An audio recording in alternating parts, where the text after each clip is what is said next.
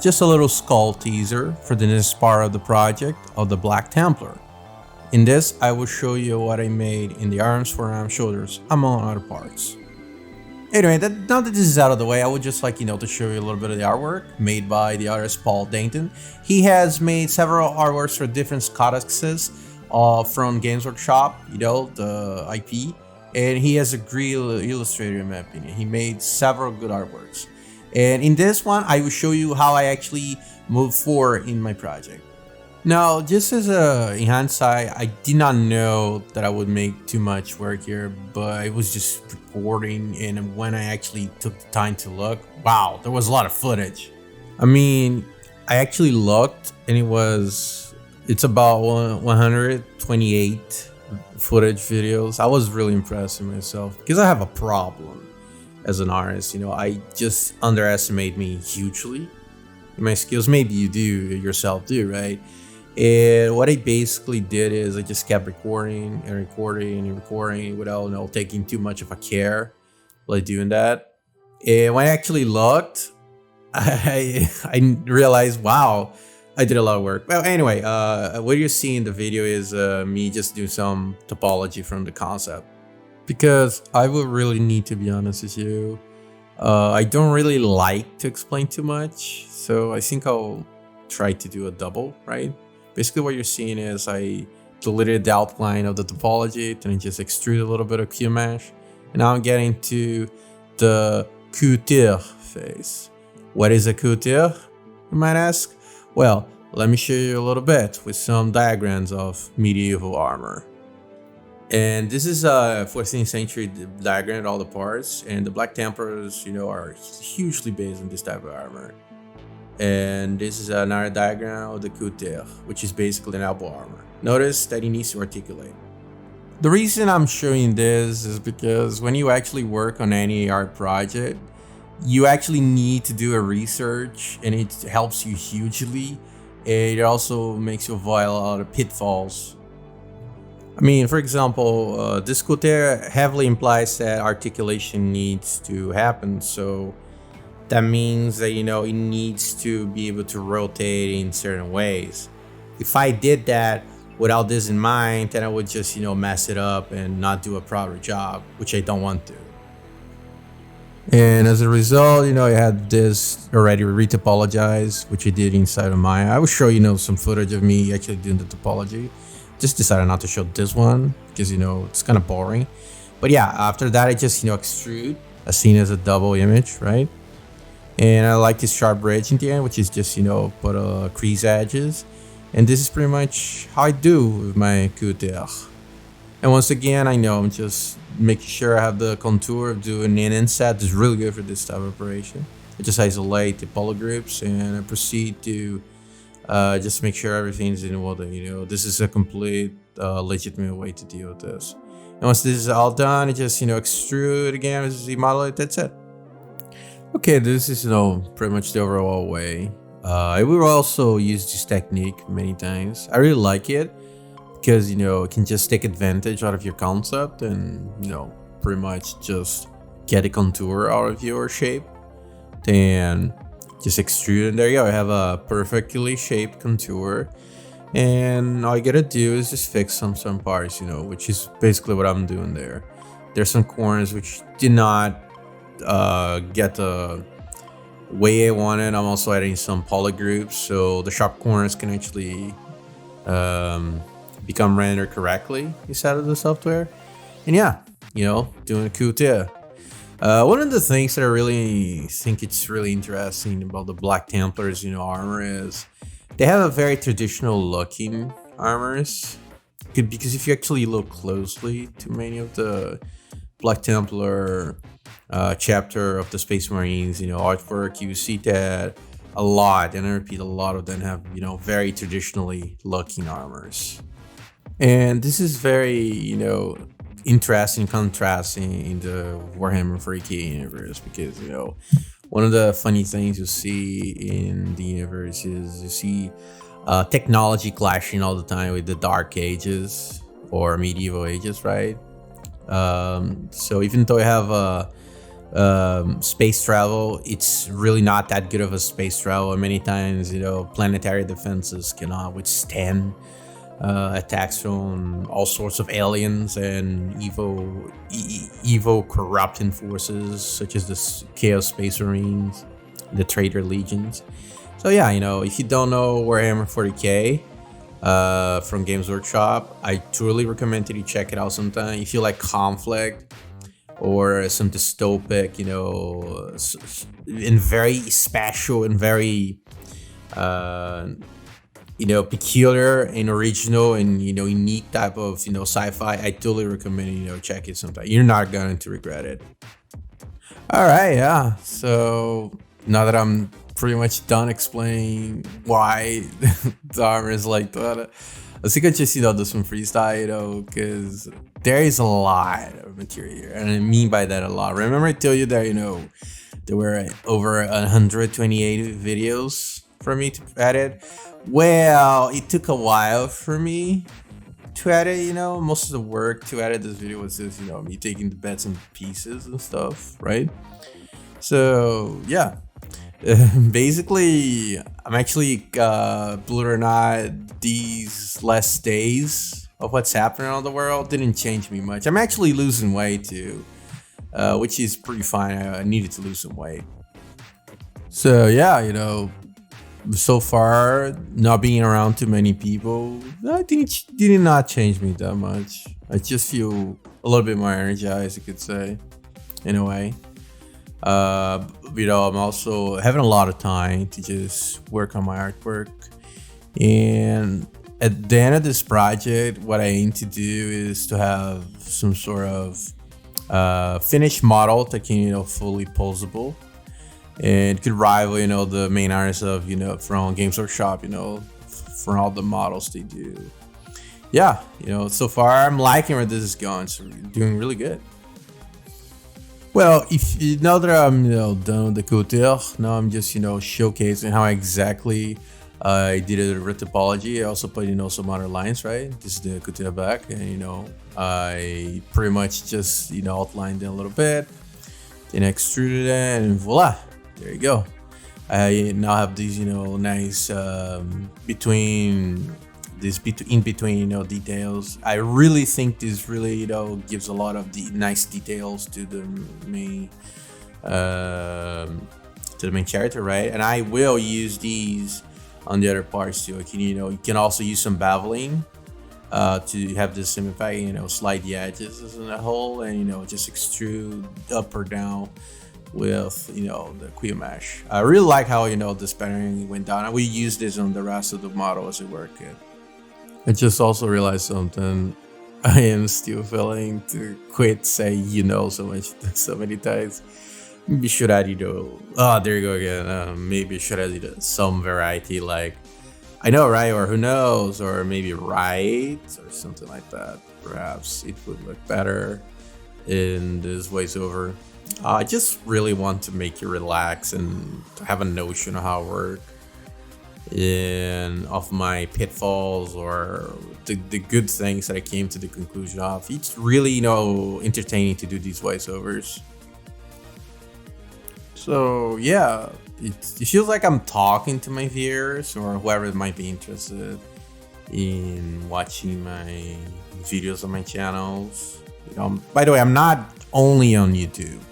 I'm also on our places. If you check the link below, you can check where I am. And if you just want to, to just give me a tip, right? So I can perhaps post somewhere else, feel free to do that. As a matter of fact, you may, comment anything you want.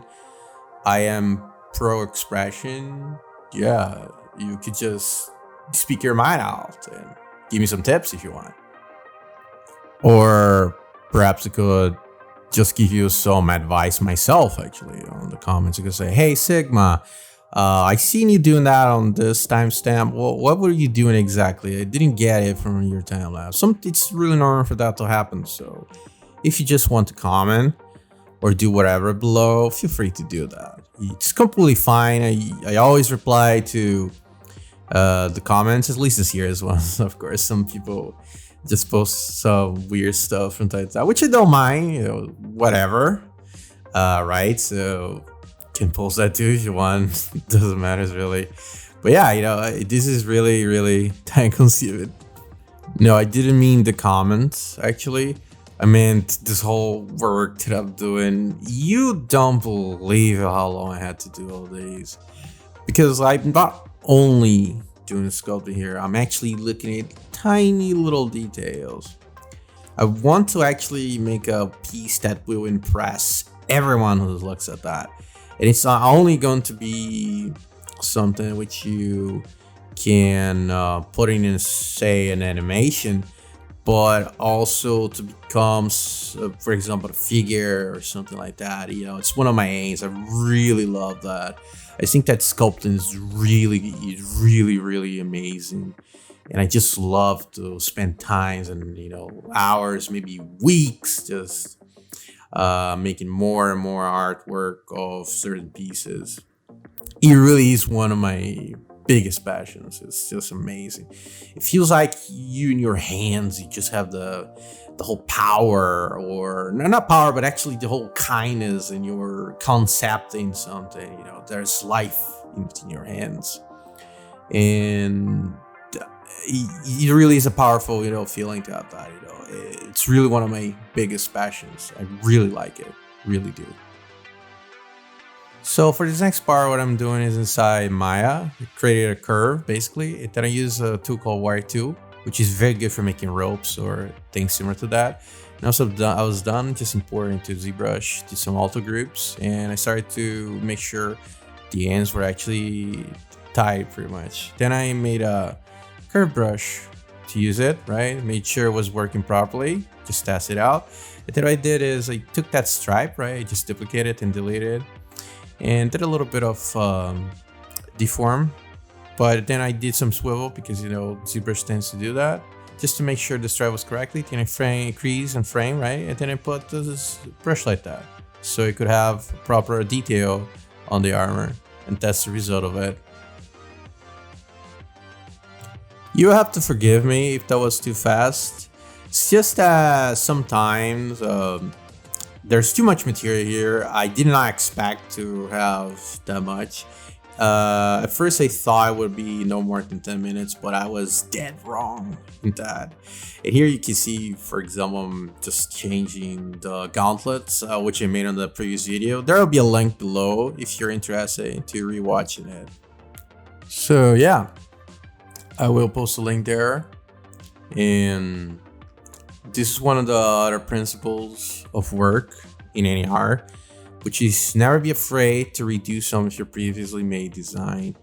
Changing your mind is completely fine. It's actually a very natural and healthy to process of the creative part of any art work, which means rarely will you ever just forget about anything as the way it was done. Usually you go retouching, or usually also see a couple mistakes along the way, and this is actually very common, at least with me. But I also believe with major artists out there too. Not to mention that it's also very not unheard of for whatever department you're working in or whatever sector, for your boss to just say, hey, we need to change that. Look, there are changes of plans. I know, sorry, but the concept artist told so, or the heads up told so, or whatever it is. It's actually a very normal process, so you should not be feeling frustrated if that ever happens to you. Just go naturally with your artistic instincts, I would say. It's really important to trust your pen, or in my case, my stylus for my Wacom tablet, which I really like. You know, works really neatly.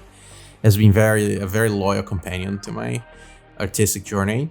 But whatever yours is your tool, you need to trust your hand. Your hand is literally something that has the power to just transfer the creative and divine process of creation to your artwork. It's really something that you should be aware of. but also very kindly looking at it. Just don't be afraid to unleash your whole mental creativity into whatever work you're doing. It's really very normal to get your hands dirty many times, metaphorically speaking, sometimes literally speaking. Because if you work with frames or something, I suppose that probably makes you dirty sometimes, I guess. But unfortunately, that's not my case. I only work with digital art, which is very clean. Well, do you remember the skull teaser? Well, if you do, I'm about to show you how exactly I made that icon. As you can see, I really like to add a lot of symbolism. It also kind of improves the Templar icon, which consists of an iron cross of some sort, which is a Germanic, a Teutonic actually symbol. And then I start to sculpt like just a little bit of the skull right there. So, you know, going for the mouth, then for the cheekbones, then for the temples. Slowly chipping away all the imperfections that I don't really need. I actually cut a lot out of the parts because it was such actually a long process, but I'm really happy with the end. You will see too, or you actually already saw it at the beginning of the video. I think it's the best skull I made so far, which is my second, and this is one of the funny things about when you sculpt. The more you practice, the better you do it, and usually when you start with something, that usually means it's just not going to be very good. But if you keep trying and going on and on and on, then that means it will eventually get to a point in which it is really, really nice of quality. And then you can get really, really proud of yourself when you're done. And one of the things that I realized about sculpting bones is the importance of certain brushes, like the standard brush and the build-up brush. It's really important for you to understand the bone is not smooth. It has a lot of imperfections. It looks like a smooth surface in a superficial level, but when you actually look close at bones, they have all these sort of crevices and all these different irregularities, but at the same time, it kind of look like smooth, just as I'm doing, you know, the forehead of the skull right now, right? And then, you know, I'm giving a really mean look, you know, because I really wanted the skull to look kind of mean, really kind of scary. And yeah, this is pretty much what I kind of ended up as. And I did some really nice retopology, did some projection. And then I decided to pretty much just put a Templar cross right on its forehead. And I had to do some deformation from the gizmo. Just slightly. It wasn't really hard, but I had to do it. And it's important to use a form that has enough curvature. So as you can see, there's quite a bunch of vertices on this shape. And I found out that if you don't do that, it's just not going to look good, because it respects the resolution. It actually follows the verticals and then, you know, applies a bunch of sort of similar to the move brush, and then you bend your shape. Alright, now that this goes done, I'm going to present you the next step, which is, you will never guess this name. I bet none of you did, because I didn't for myself. What I'm doing is basically what we call a bissage. What is a bissage? It's basically that shoulder guard in the night, you know, really close to the armpit. I think it was used back in medieval times to stop deflecting blows from your armpits, because if you ever seen an armor before, one of the weakest points of any armor in a knight would be that point between the shoulder and the armpit, really down there on the sides of the upper torso, you could say, you know, right at the sides of the chests. And those parts are really vulnerable because due to the articulations, they need to be open so they can move around the arms and do a multitude of vectors and directions and rotations. But the issue is, if it's too open, then that means this is a really easy way to actually to actually be able to hit on an opponent, right? So as a result, I came up with this really, really kind of ingenious but kind of also weird way to fix this, which is a position, which is just what I did. You understand now, and that's where it goes actually. Really, that on that part. And a lot of the visages could actually also have a lot of interesting ornaments. I'm putting a shield there, which is really good in my opinion. I made it before. And yeah, this is what a visage is. And finally, this is the last part of the timelapse. Finally, what I'm doing is I'm preparing the shoulder to actually have the icon of the Templars. But I cannot do that at once. So what I'm doing is I separated the meshes, right? And what I'm doing is I pick up the parts and I'm using the curve deformer, not too much, of course. And what I'm doing is I'm trying to get it right in place. And I'm doing one vector at a time. First I did this, and then I did the other vector. And finally, now that I have everything, I just pick up the skull and I did a slight bending with the curve deformer until I'm happy with the result, and voila, there you go. Now it's a matter of me just trying to figure out where to put this, right? And it's just kind of hard, but there you go. And as you can see in the end, I have this imponent figure right before you, a space marine starting to look like a proper space marine. I was actually really scared it won't look good in the end, but I was actually very, very wrong. That wrong, I would say. And the images speak by themselves. I really like the end result of this, really. But I will make even more from now on. If you like this video, give it a like, subscribe, follow, or share with your friends. Thank you for watching. Bye.